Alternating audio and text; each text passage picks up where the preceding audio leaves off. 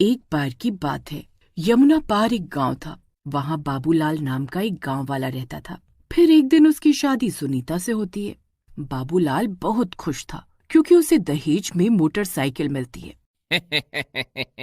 वाह वाह, मेरी तो लॉटरी लग गई। अरे नहीं नहीं, मोटरसाइकिल मिल गई। मेरे खड़ूस बाप ने तो मुझे दिलवाई नहीं। अरे कम से कम मेरे ससुर ने तो मेरे दिल की आवाज सुन ली।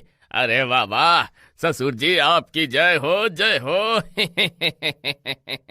फिर सुनीता उसे खिड़की पर खड़ी देख रही होती है।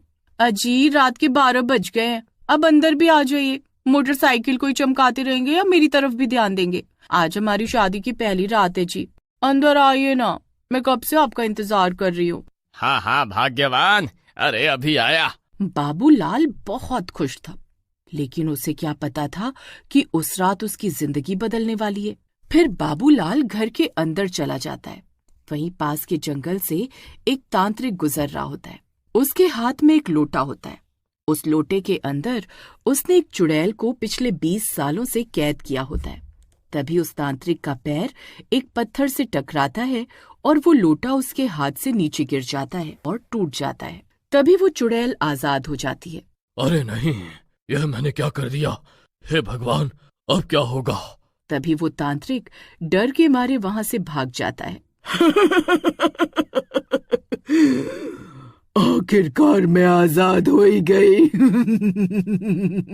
तभी वहां से एक मोटरसाइकिल वाला गुजरता है। चुड़ैल को सामने खड़ा देखकर वो डर जाता है और उसकी मोटरसाइकिल पेड़ से टकरा जाती है। अरे ये चुड़ैल कहाँ से आ गई? उस चुड़ैल को देखकर वो गांव वाला अपनी मोटरसाइकिल वहीं छोड़कर भाग जाता है। अरे रुक, भागता कहाँ है? मुझे बहुत प्यास लगी है। तेरा खून पीकर मैं अपनी प्यास बुझाऊंगी। रुक डरपोक। फिर वो गांव वाला भागता हुआ जंगल की ओर चला जाता है। अरे ये भी गया। मुझे बहुत प्यास लगी है, अब मैं अपनी प्यास कैसे बुझाऊं? तभी चुड़ैल को मोटरसाइकिल से गिरे हुए पेट्रोल की खुशबू आकर्षित करने लगती है। अरे वाह, कितनी प्यारी खुशबू है। ये क्या चीज है? फिर चुड़ैल नीचे मुंह करके जमीन पर पड़ा हुआ पेट्रोल चाटने लगती है। इसका स्वाद तो खून से भी अच्छा है। ये क्या चीज है? जो भी है बहुत बढ़िया है। फिर चुड़ैल मोटरसाइकिल की टंकी का पूरा पेट्रोल पी जाती है। मजा आ गया। फिर चुड़ैल और ज्यादा पेट्रोल की तलाश में गांव पहुंच जाती है। गांव में किसी के पास भी कार नहीं होती, बस कुछ चुनिंदा लोगों के पास मोटरसाइकिल होती है। फिर चुड़ैल की नजर बाबूलाल की नई नवेली मोटरसाइकिल पर पड़ती है। फिर वो उसकी मोटरसाइकिल के पास बैठ जाती है और मोटरसाइकिल का पेट्रोल पाइप निकालकर पेट्रोल पीने लगती है। मजा आ गया। फिर चुड़ैल पूरी पेट्रोल की टंकी खत्म करके वहां से आगे बढ़ जाती है। वहीं बाबूलाल अपनी पत्नी के साथ कमरे में बैठा होता है। दहेज में मोटरसाइकिल मिलने की खुशी में वो फूला नहीं समा रहा होता। अरे सुनीता, आज मैं बहुत खुश हूँ। मेरे प्यारे ससुर जी ने मेरा बचपन का सपना पूरा कर दिया। वाह वाह। अजी, अब बस भी कीजिए, कितनी खुशी मनाएंगे। अरे सुनीता, मुझे रहा नहीं जा रहा। पता नहीं कब सुबह होगी और कब मैं मोटरसाइकिल को पूरे गांव में घुमाऊंगा। अजी, सुबह होने का इंतजार क्यों करना?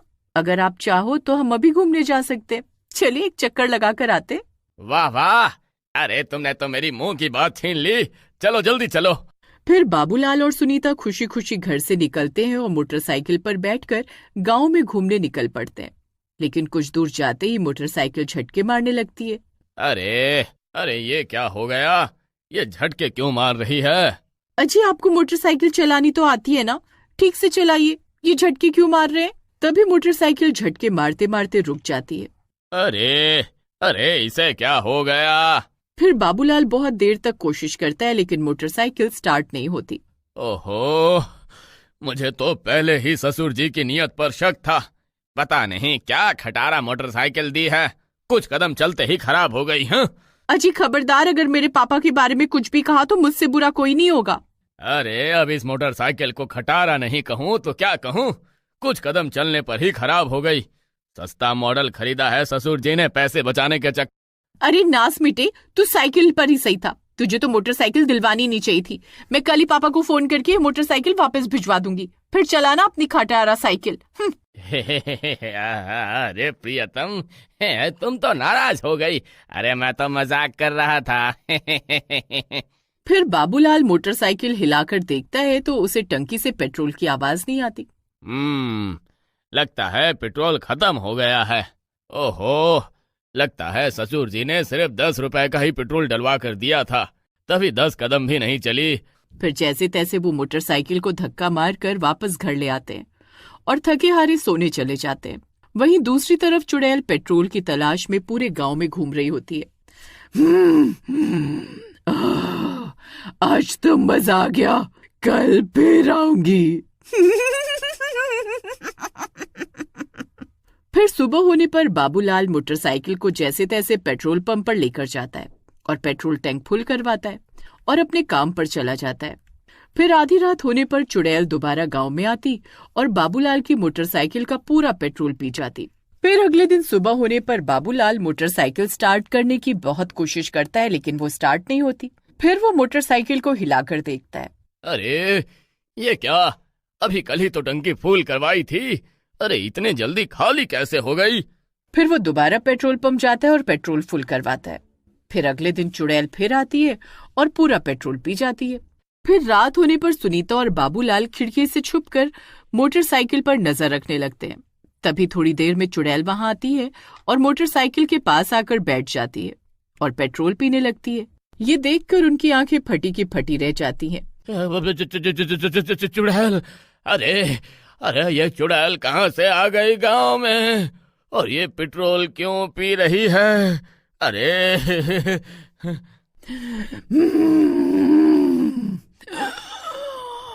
मजा आ गया। फिर चुड़ैल पूरी टंकी खाली करके वहां से चली जाती है। फिर उसके जाने के बाद बाबूलाल भागकर वहां जाता है। अरे चुड़ैल, तेरा नाश मिटे। अरे मेरा पूरा पेट्रोल पी गई। अरे इतनी मुश्किल से तो मेरे ससुर ने मुझे मोटरसाइकिल दिलवाई है, उस पर भी तेरी काली नजर पड़ गई। फिर पूरे गांव में चुड़ैल की खबर मिल जाती है। सब मोटरसाइकिल वाले चुड़ैल से परेशान हो जाते हैं। अरे भाई, एक तो पेट्रोल 95 रुपए लीटर हो गया है। सरकार इतना महंगा पेट्रोल बेचकर हम गरीबों का खून पी रही है, और ये चुड़ैल हमारा पेट्रोल पी रही है। अरे भाई, मैं तो कहता हूँ मोटरसाइकिल में पेट्रोल डलवाना बंद कर देते हैं। जब उसे पेट्रोल नहीं मिलेगा तो अपने आप गांव छोड़कर चली जाएगी। हाँ, तुम सही कहते हो भाई। आज के बाद कोई भी मोटरसाइकिल में पेट्रोल नहीं डलवाएगा। फिर रात होने पर चुड़ैल वापस गांव में आती है। सब गांव वाले छुप छुप कर चुड़ैल को देख रहे होते हैं। फिर चुड़ैल बारी बारी से हर मोटरसाइकिल के पास जाती और पेट्रोल पीने की कोशिश करती, लेकिन किसी भी मोटरसाइकिल में पेट्रोल न होने की वजह से उससे गुस्सा आ जाता है। फिर वो गांव वालों का दरवाजा खटखटाने लगती है। ए गांव वालों, खोलो दरवाजा, अब मैं तुम्हारा खून पीकर अपनी प्यास बुझाऊंगी। अरे अरे मर गए रे। अरे ये दाव तो हम पर ही उल्टा पड़ गया रे। अरे अब ये नास मिट्टी चुड़ैल तो पेट्रोल की जगह खून पीने की बात कर रही है। अरे अब क्या होगा? अजी आप घबराइए नहीं, मेरे पास एक तरकीब है। फिर सुनीता खिड़की पर जाती है और चुड़ैल से माफी मांगती है। चुड़ैल जी, हमें माफ कर दो, आप आज वापस चली जाओ, कल आपको पेट्रोल मिल जाएगा। ठीक है, मैं जा रही हूँ, लेकिन मैं कल फिर आऊंगी। हे भगवान, अरे अरे ये किस मुसीबत में फंस गए हम। आने दो इस चुड़ैल को कल दोबारा, इसे मजा मैं चखाऊंगी। फिर अगले दिन सुनीता मोटरसाइकिल की टंकी में गंगा जल भर देती है और वो दोनों चुड़ैल के आने का इंतजार करने लगते हैं। फिर आधी रात होते ही चुड़ैल दोबारा पेट्रोल पीने आ जाती है। अच्छा हुआ तू आ गई चुड़ैल, अब तुझे मजा आ जाएगा। फिर चुड़ैल पेट्रोल समझकर गंगा जल पी जाती है। गंगा जल पीते ही उसकी हालत खराब हो जाती है और वो तड़पने लगती है। अरे कमबख्त, तो ये क्या पिला दिया मुझे?